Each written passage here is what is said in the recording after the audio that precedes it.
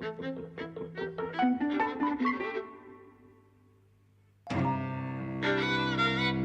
and welcome to Eavesdropping at the Movies. I'm Mike. And I'm Jose. And we've just been to see our third film of the day, and in my opinion, easily the best. By far. Jurassic World Rebirth. This is the 7th film in the Jurassic Park series. That's amazing. And probably easily the second best. I think it's kind of consensus that the first film has never been bettered. Well, I don't know. I mean, it's had a lot of shaky sequels. I'm not disagreeing with you. It's just they all get muddled in my mind. Of course right? they do, yeah. I mean, you know, the thing I can say with certainty is this one's really good. This one is really good. It's directed by Gareth Edwards. What has he done before? Right, well, that's a very familiar name. Last film we saw of his was The Creator. That was a couple of years ago, which I would think I was a little bit unfair to. I think I was a little bit distracted by AI at the time, because AI was like in its new kind of iteration, just really kicking off, and I was going like, it's going to kill us all, and it still might. But the film wasn't really about that, despite being about AI and in like other ways. So I got a bit distracted, and I think I didn't give a fair amount of credit to the look of the film, which you did. I mean, I think one thing that Gareth Edwards is very good at is scale, and that film had a lot of scale in it. This one has quite a bit of scale in it. Yes, marvellous. The last film we did before that was Rogue One, which was this standalone Star Wars film, which told the story of events leading up to it's how they got the Death Star plans, which is what they had in episodes. So, it's that thing about how Star Wars has got into the thing of telling all the minute stories about every individual line of dialogue from the original films needs explaining, and they make whole films about them. That was one, but it was really good, and it had that fantastic final scene with Darth Vader showing up, which just woke everybody up. You know, literally woke me up, because I was tired during that film. I was sort of waking up every now and again, going, "Why is Darth Vader cracking wise?" But, but it was good. I've seen it since. Last one before that was 2014 Godzilla, All right. which didn't go down brilliantly well, but had scale. Yes. And I remember that shot of Godzilla's foot just shambling past a window, and it's giant, you know, just like indicated the impossible size of the thing outside, you know. Wonderful. And then his first film, back in 2010, was Monsters. Right.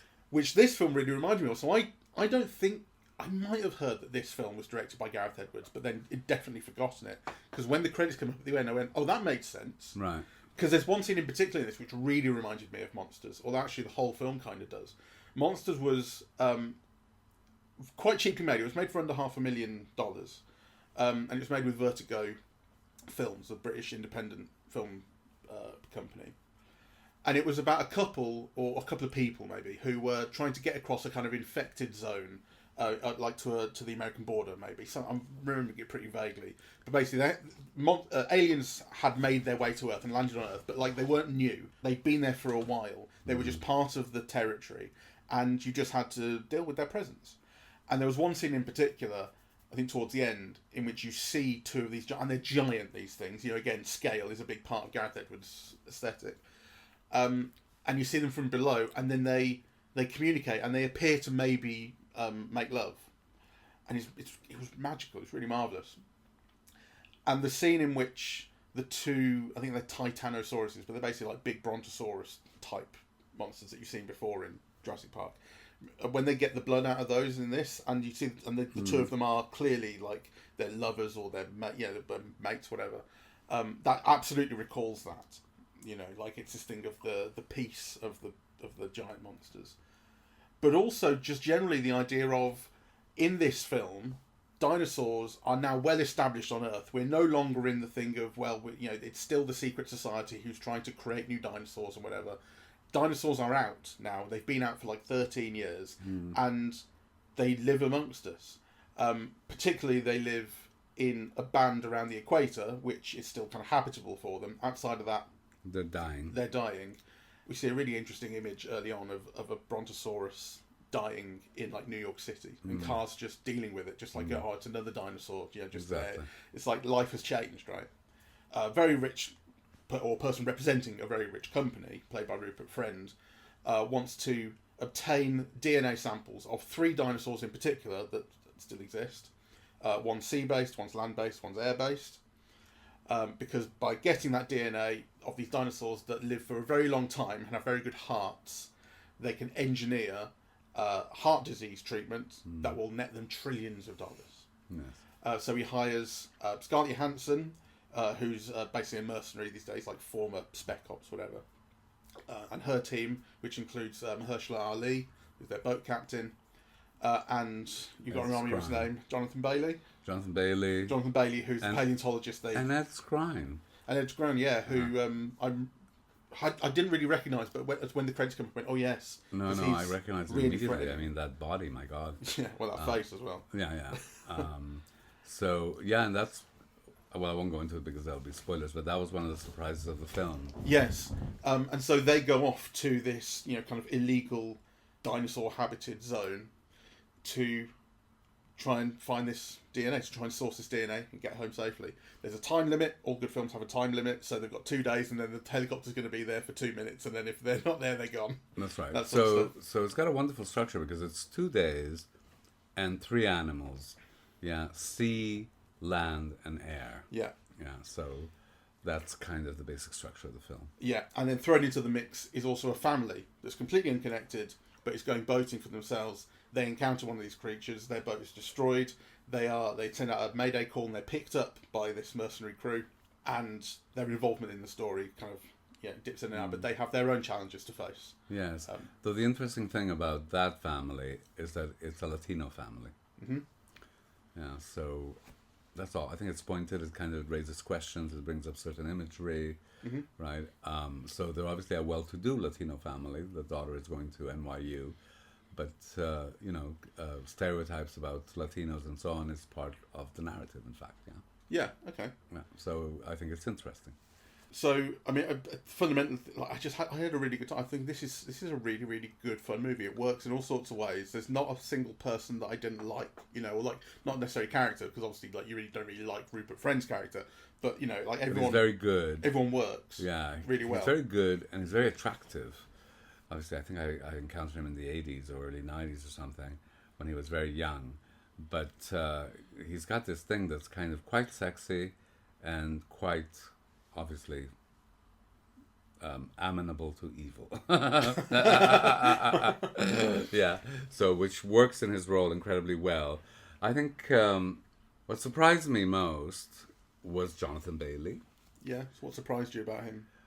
Well, because he plays a character who I think is kind of like the heart and the conscience of the film.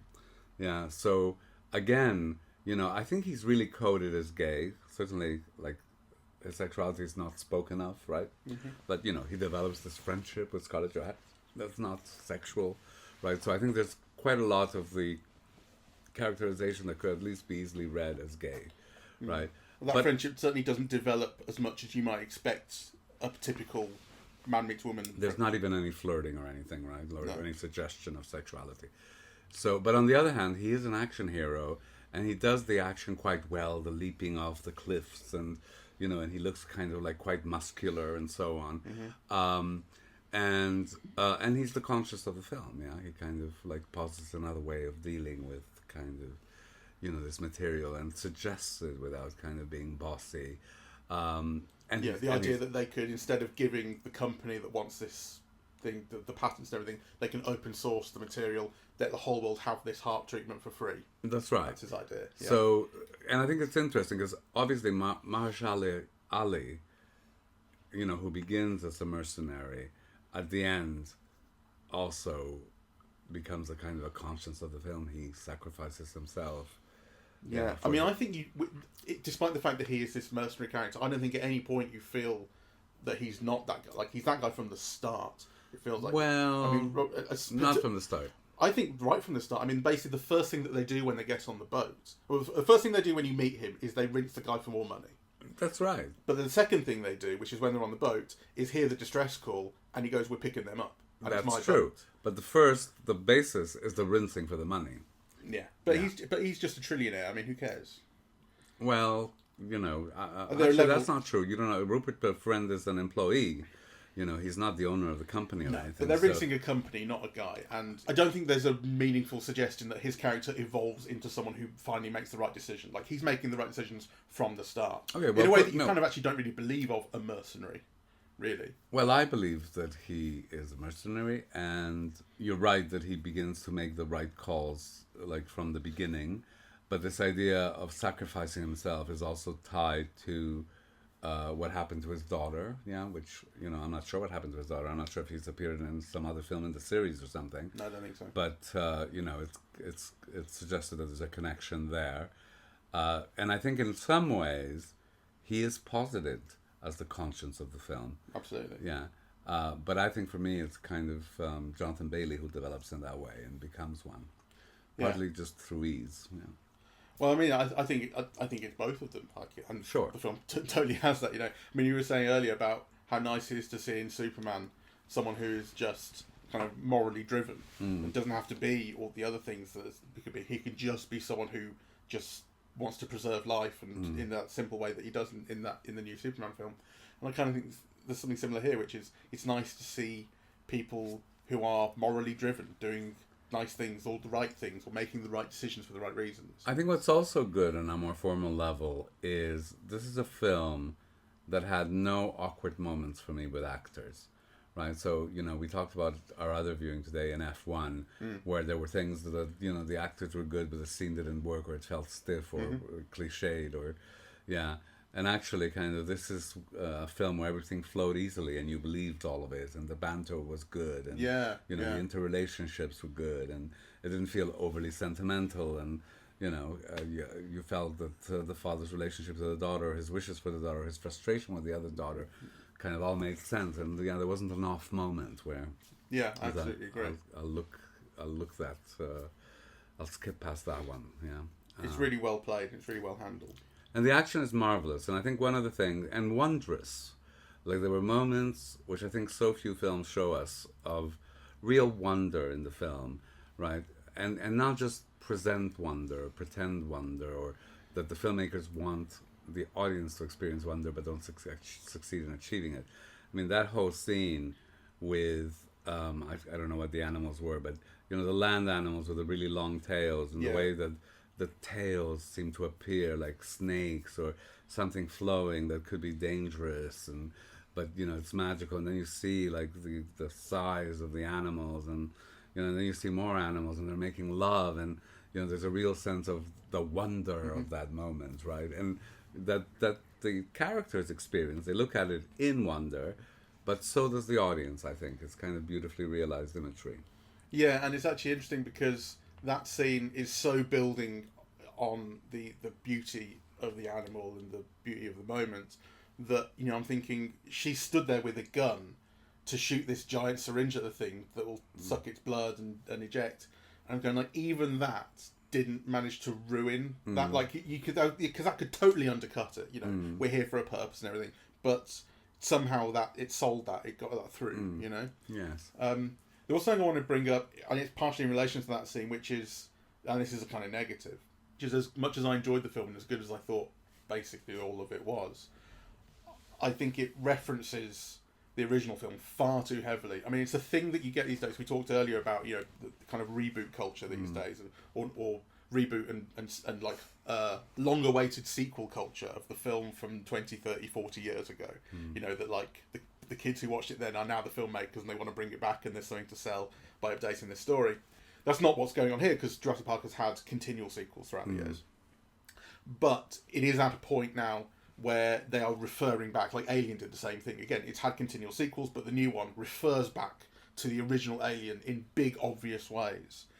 And this does it a lot with the original Jurassic Park. I wrote down a few moments. That's one of them, because that the music cue in particular, especially recalls seeing the Brontosaurus or Brachiosaurus, whichever one it was, for the first time. Getting out of the car and seeing the scale of the thing, and also then seeing the herd of them walking away, which is a later moment in the original film.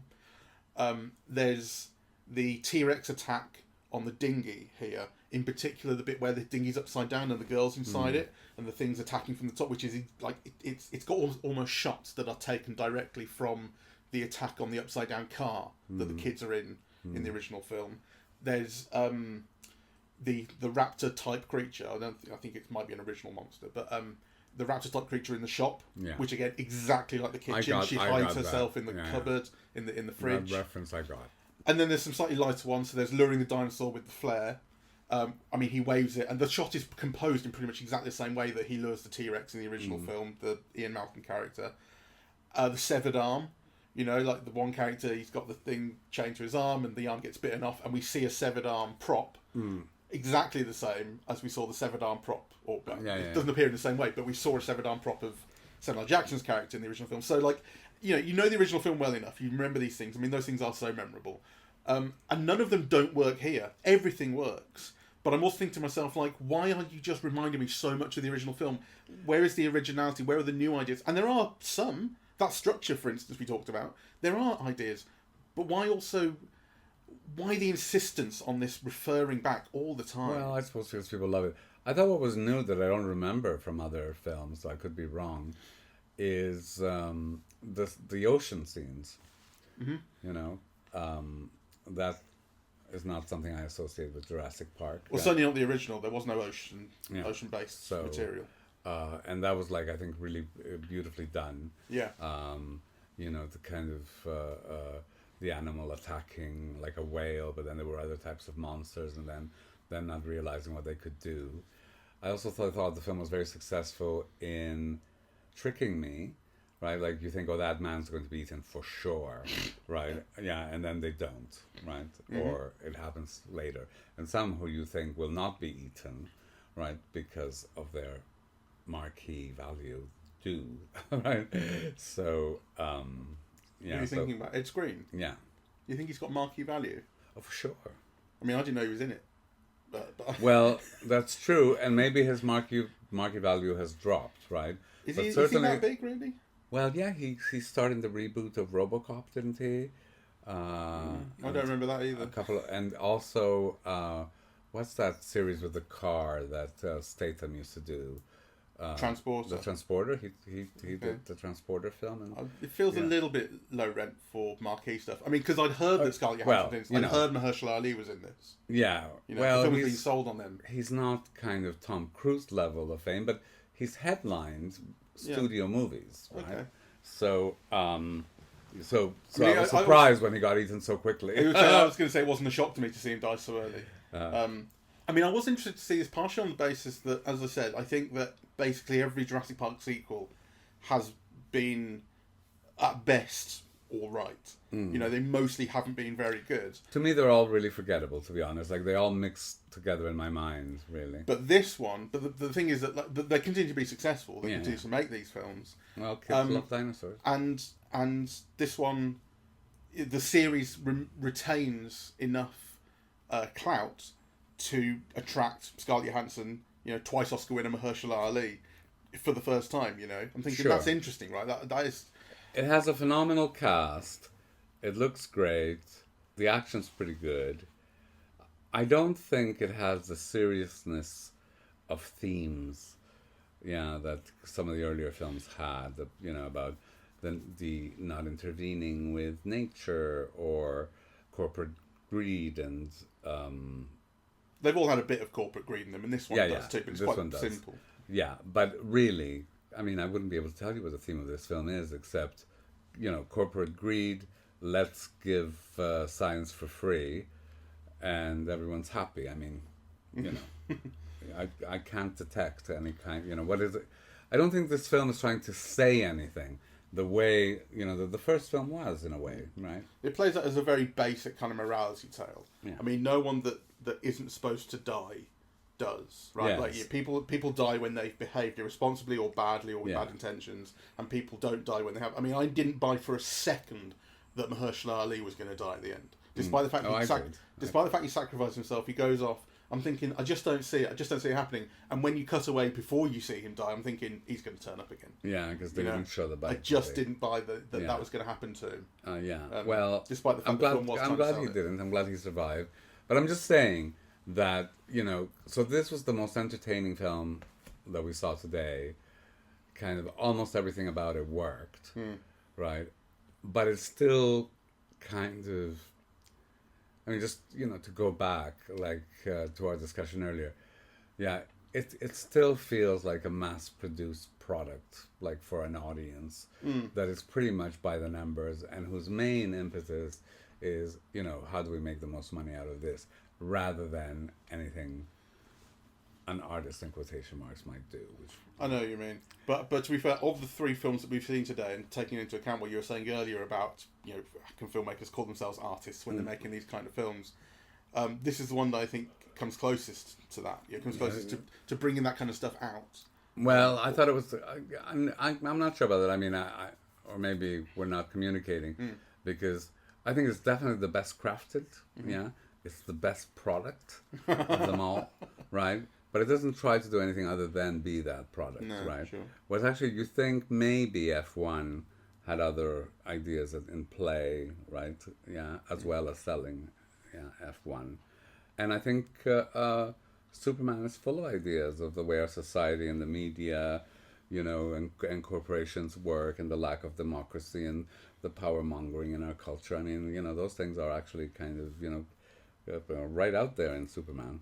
Yeah, maybe so. But it's also, I mean, I don't think it just comes down to the ideas of the things it wants to talk about, or the messages it tries to tell. But it's also about the feeling, the tone. I mean, these things are like messages in themselves. Sure. You know, the way you want people to feel. Sure. The way and this, I think, has, I mean, it's so much more amorphous than talking about what the themes are. But I think it has a very sensitive sort of, it has a very sensitive feeling for tone. Sure. That way, you know, and it very kind of effectively makes you feel certain ways, makes you feel the ways it wants you to feel. Yes, I agree, and that is also, you know, something worth praising. Yeah, that the film makes you feel, right, in ways that I'm not sure the other ones did.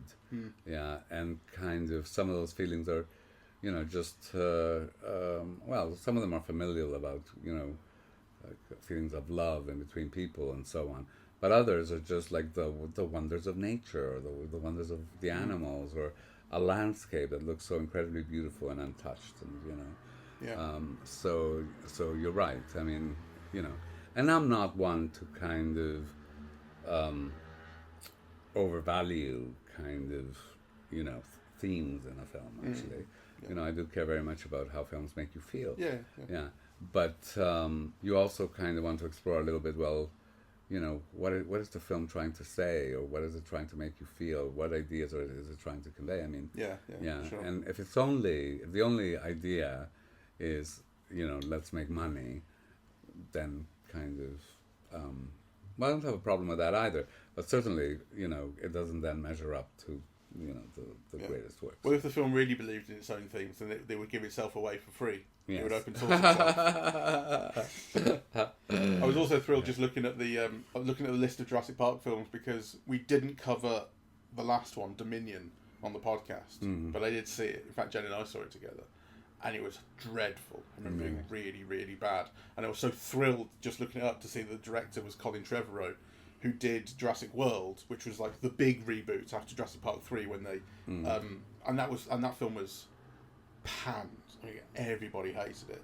And that had that thing of actually killing the wrong people in it. There was that thing about the nanny character who seemed just perfectly nice, and she was trying to look after the kids, and she got herself eaten by a giant big bird. And everyone went, how can you kill her? She did nothing wrong. The world is unfair. Yeah. But I was so thrilled to see that, like, that one, the really, really fucking terrible one, and then Dominion, the other really, really fucking terrible one, were directed by him, who's dreadful. Right. I mean, Jurassic World, I think, was the film that got him taken off Star Wars. He was going to do a Star Wars film, and they went, no, we can't have that anymore, sorry. Well, so anyway. I'm kind of happy whenever. I mean, to be fair, they made. I think the last film made like $1 billion. This one's going to make the same thing. Right. I mean, we were talking about successes earlier. You know, F1 making 350 million so far. Well, this has made like 500, and it's just on its way. Right. You know, this is going to be a huge success. Yeah. It already is. Yeah, though, you know, F1 is an original film, and this is a franchise. Of course. So, which always makes a difference. I mean, F1 by any measure is, you know, an incredible success for a standalone film. 350 million, my God, you know. Yeah. So. Especially a film about a sport that America doesn't care about. Yeah. And that's like mostly where films are sold. Yeah. So, anyway, I loved it and highly recommend. So do I. I had a really good time with this. All right. Well, thank you very much for listening. We're eavesdropping at the movies, and we are on Apple Podcasts, Audible, Spotify, SoundCloud, YouTube, and YouTube Music. On social media, we're on Facebook and Twitter at Eavesdrop Movies, and Blue Sky, eavesdropping.bsky.social, and the website is eavesdroppingatthemovies.com. Thank you very much for listening. Bye-bye.